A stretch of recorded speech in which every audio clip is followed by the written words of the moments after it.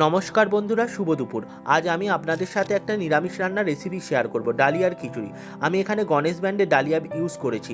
ডালিয়াটিকে ভালো করে পরিষ্কার করে ধুয়ে 1 ঘন্টার মতো ভিজে নিতে হবে।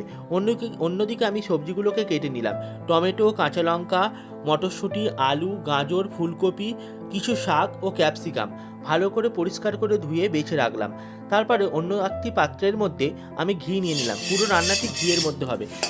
ঘিটি গরম হয়ে আসলে টমেটো, কাঁচা লঙ্কা, কালো জিরে, শুকনো লঙ্কা, তেজপাতা, দারচিনি, লবঙ্গ এবং এলাচ দিয়ে একে একে সমস্ত সবজিগুলোকে দিয়ে দিতে হবে। সবজিগুলোকে ভালো করে ভেজে নিতে হবে ঘিয়ের মধ্যে। কিছুক্ষণ ভাজার পরে সবজির সাথে দিয়ে দিতে হবে কিছুটা মুগ ডালকে। পরিষ্কার করে মুগ ডাল দিয়ে দিতে হবে। তারপরে ভিজিয়ে রাখা ডালিয়াগুলোকেও অ্যাড করে দিতে হবে। ডালি এবং মুগ ডালকে ভালো করে ভাজা ভাজা করে নিতে হবে।